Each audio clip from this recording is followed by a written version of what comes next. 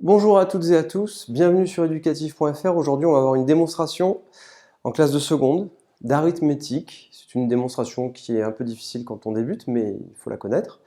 Et qui dit la chose suivante, racine de 2 n'est pas rationnelle, on va démontrer ce résultat. Alors le type de raisonnement utilisé, c'est le raisonnement par l'absurde. C'est-à-dire qu'on va supposer que racine de 2 est rationnelle. On va aboutir à une absurdité, quelque chose de faux. Et une fois qu'on aura abouti à quelque chose de faux, eh bien, on en déduira que ce qu'on a supposé initialement est faux. Alors, faisons-le. Donc, je vais l'écrire ici. Je vais écrire raisonnons par l'absurde. Donc, c'est toujours bien en maths d'écrire quel est le type de raisonnement que vous utilisez. Et on va écrire ce qu'on suppose. Donc, on suppose que...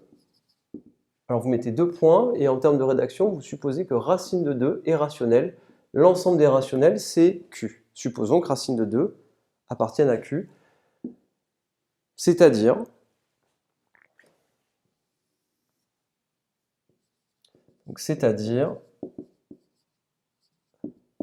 racine de 2 peut s'écrire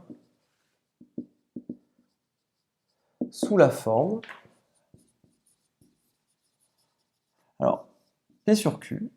Alors attention, racine de 2 est rationnelle, on peut l'écrire sous la forme P sur Q, mais soyons vraiment précis. P sur Q, on pourra l'écrire sous la forme d'une fraction irréductible, c'est-à-dire que on ne trouvera plus de diviseur commun à P et à Q. On ne pourra plus simplifier, c'est ça que ça veut dire. Et quand on est dans cette situation, que P et Q n'ont pas de diviseur commun, ça veut dire que P et Q sont premiers entre eux. Alors on va l'écrire avec P et Q, premiers entre eux. Alors je répète pour ceux qui ne sont pas habitués à cette notation-là, P et Q sont deux entiers, 0, 1, 2, 3, 4, Q est différent de 0. P et Q sont premiers entre eux. La fraction, elle est irréductible. Ça veut dire que quand vous pouvez réduire encore la fraction, imaginons que vous avez 10 sur 8, 10 sur 8, vous pouvez l'écrire 5 fois 2 et 4 fois 2, et vous pouvez simplifier par 2. Eh bien, vous voyez bien que j'ai 2 qui est un diviseur commun entre 8 et 10. 2 divise 10, 2 divise 8, vous voyez qu'il y a encore des diviseurs communs. Il ne faut pas arriver à cette extrémité-là, c'est-à-dire que quand on est irréductible, on ne peut plus faire ça. En réalité, le seul diviseur commun qu'il y a entre les deux valeurs, par exemple si on prend 5 sur 4, le seul diviseur commun entre 5 et 4, eh bien c'est 1. Et vous voyez qu'au final, même si je simplifie par 1, je reste avec ma valeur de 5 sur 4. Donc on a une fraction irréductible. Donc rappelez-vous, fraction irréductible, pas de diviseur commun entre P et Q hormis 1. Et évidemment, si vous avez 5 sur 5, 5 est aussi un diviseur commun, mais c'est un cas un peu particulier. Donc ici, quand P et Q n'ont pas de diviseur commun, la fraction est irréductible et on dit que P et Q sont premiers entre eux, tout simplement. Ça, il faut le savoir, c'est un résultat classique qui nous permet de commencer le travail. Alors, une fois que vous avez fait ça, je reviens sur la notion de raisonnement par l'absurde. Raisonnons par l'absurde. Supposons que racine de 2 appartienne à Q. Attention, ce qu'il faut montrer, c'est ceci. Que racine de 2 n'est pas rationnelle, c'est-à-dire ce qu'il faut montrer, c'est que racine de 2 n'appartient pas à Q. D'accord ? Donc on doit montrer ceci. On raisonne par l'absurde, et du coup on suppose le contraire de cette phrase-là. On suppose racine de 2 appartient à Q. On va aboutir à une absurdité, à quelque chose de faux. Et comme on aboutit à quelque chose de faux, ça veut dire que ce qu'on avait supposé au départ n'est pas vrai. Et donc, quand on aura abouti à une absurdité, eh bien on en déduira le contraire de ceci, c'est-à-dire racine de 2 n'appartient pas à Q, et on aura démontré notre résultat. Alors, supposons que racine de 2 appartienne à Q, racine de 2 s'écrit P sur Q. On a donc racine de 2 qui s'écrit tout simplement P sur Q. Je peux donc prendre le carré de cette quantité. Donc je peux écrire racine de 2 au carré est égal à P au carré sur Q au carré. Racine de 2 au carré, si je l'écris un petit peu mieux, racine de 2 au carré, c'est égal à 2, qui est égal à P au carré sur Q au carré. On a alors que, si j'écris les choses un petit peu mieux, j'ai 2Q carré qui est égal à P carré. Pourquoi? Alors, certains diront, c'est un peu mal dit, produit en croix. Moi, je préfère dire que j'ai multiplié ici et ici par Q carré. Regardez, je multiplie là et là par Q carré. Et je peux simplifier par Q carré ici, et j'obtiens P carré égale 2Q carré. J'obtiens à nouveau une égalité. Et j'obtiens que P carré s'écrit 2 fois Q carré. C'est-à-dire P carré égale 2 fois un entier. P carré, c'est donc P carré est donc pair. D'accord? Si P carré est pair, qu'est-ce qu'on en déduit? P est alors pair.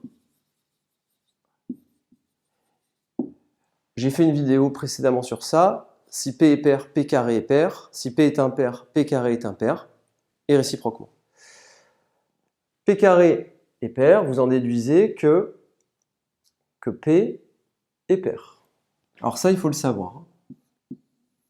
Si P est pair, P peut s'écrire tout simplement P égale 2 fois K. K est un entier naturel. Maintenant que vous avez P égale 2K, qu'est-ce qu'on va faire? On va travailler sur Q et Q carré. Revenons à cette égalité. À partir de cette égalité, qu'est-ce que je vais faire? Ayant P égale 2K, on a que 2Q carré égale donc P au carré, c'est-à-dire 2K au carré. Ce qui nous fait 2Q carré égale 4K carré. 2K au carré, c'est 2K fois 2K, 2 fois 2, ça fait 4, K fois K, ça fait K carré. Et je peux, comme vous pouvez le constater, diviser tout par 2. On a donc que Q carré est égal à 2K carré. Quand vous avez cette égalité-là, Q carré égale 2K carré, vous en déduisez que Q carré est pair. Et si Q carré est pair, vous en déduisez que Q est pair. D'accord? Q carré, c'est 2 fois K carré. Si Q carré est pair, vous en déduisez que Q est pair. Alors, je vais effacer, et c'est à cet instant qu'il y a une partie du raisonnement qui est un peu difficile. Il faut s'en rappeler. Alors, je vais finir ma preuve ici. On a alors eh bien, P pair et Q pair. Si P est pair, c'était ce qu'on avait écrit, P on avait dit qu'on pouvait l'écrire 2 fois K. Si Q est pair, on a dit que Q, s'il est pair aussi, on peut l'écrire 2 fois par exemple K'. Ce qui veut dire que quand je vais écrire P sur Q, je vais l'écrire 2K et 2K'. 2K divisé par 2K'. Vous remarquez donc déjà une première absurdité. Initialement, on avait dit que P sur Q était irréductible. Ce n'est plus le cas puisqu'on peut simplifier par 2, donc on peut réduire P sur Q. Autrement dit, P et Q, ils ont un diviseur commun. Ce diviseur commun, c'est 2. Si P et Q ont un diviseur commun, ça veut dire que P et Q ne sont plus premiers entre eux. Être premiers entre eux, P et Q premiers entre eux, signifie juste que 1 est le seul et unique diviseur commun. Ici, vous avez 1, mais vous avez 2. En contradiction, donc cela est en contradiction,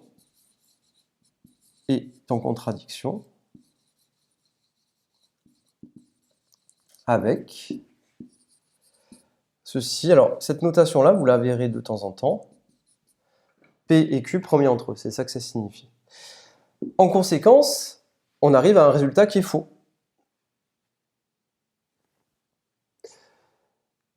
Qui contredit le fait que P et Q sont premiers entre eux. Ça, c'était écrit initialement. En conséquence, qu'est-ce qu'on va dire? On va dire que ce qu'on a supposé au départ est faux. Conséquence, racine de 2 appartenant à Q est faux. Et donc notre conclusion est la suivante. Racine de 2 n'appartient pas à Q. Racine de 2 n'est pas rationnelle.